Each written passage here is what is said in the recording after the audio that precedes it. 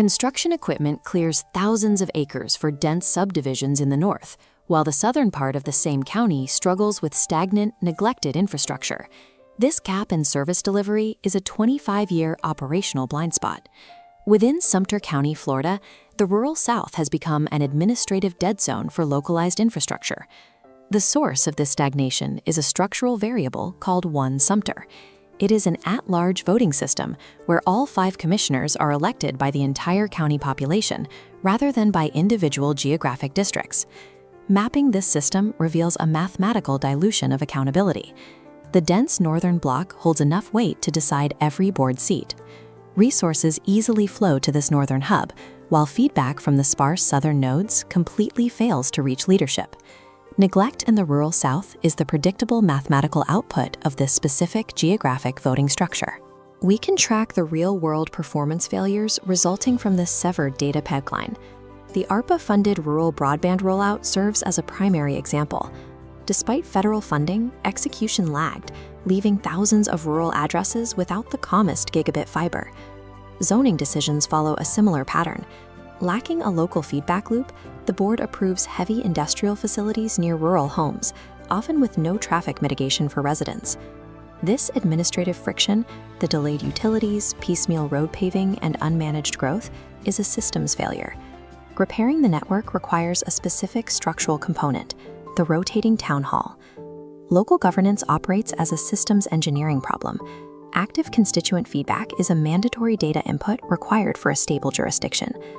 Theoretical blueprints for democratic systems have long identified proximity as a requirement for legitimacy. In Federalist 56, James Madison argued that representatives must remain acquainted with the interests and circumstances of their constituents.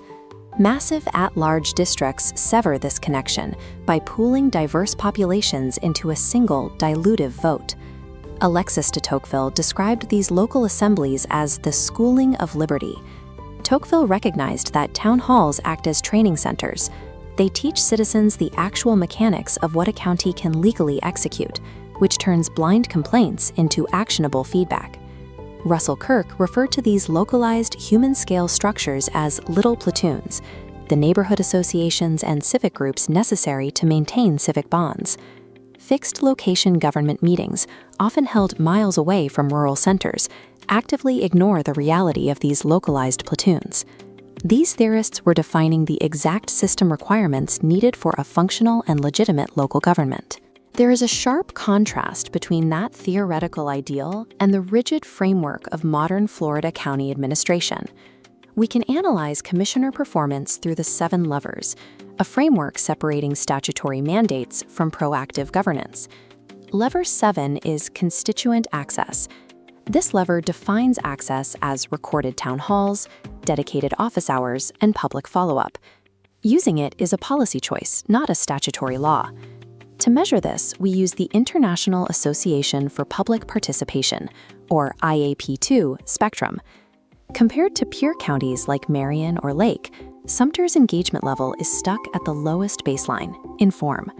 Standard Board of County Commissioner meetings rely on 3-minute public comment periods, which only satisfy the bare minimum statutory requirement to listen. This one-way data flow starves the administrative system of geographic intelligence. Moving the IAP2 needle requires the constituent access mechanism to follow a specific operational blueprint. Requirement 1 is a quorum. This necessitates at least 3 commissioners and the county administrator be present, providing institutional weight and legal standing. Requirement 2 is strict geographic rotation. This artificially corrects the proximity bias created by the at-large voting system by moving the meeting to different districts. The third and most critical requirement is the use of public-facing action logs. Recording these sessions and publishing action logs forces qualitative community frustration to be converted into quantitative policy directives. These mechanics upgrade the county's civic infrastructure from a simple inform level to the consult and involve categories.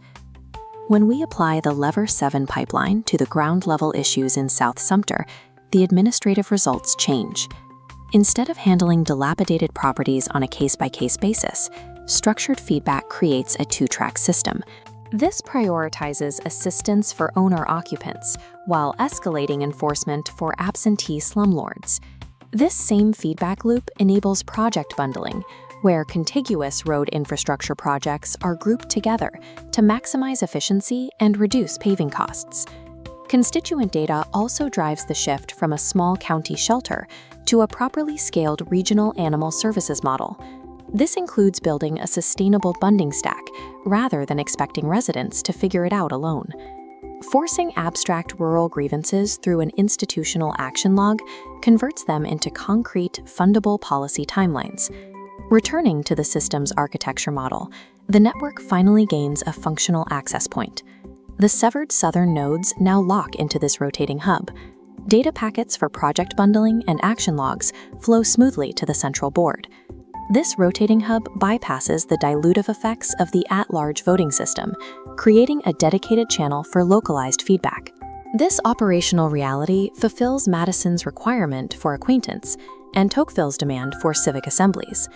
Restoring functionality involves installing the administrative machinery to ensure geographic reality is converted into official policy.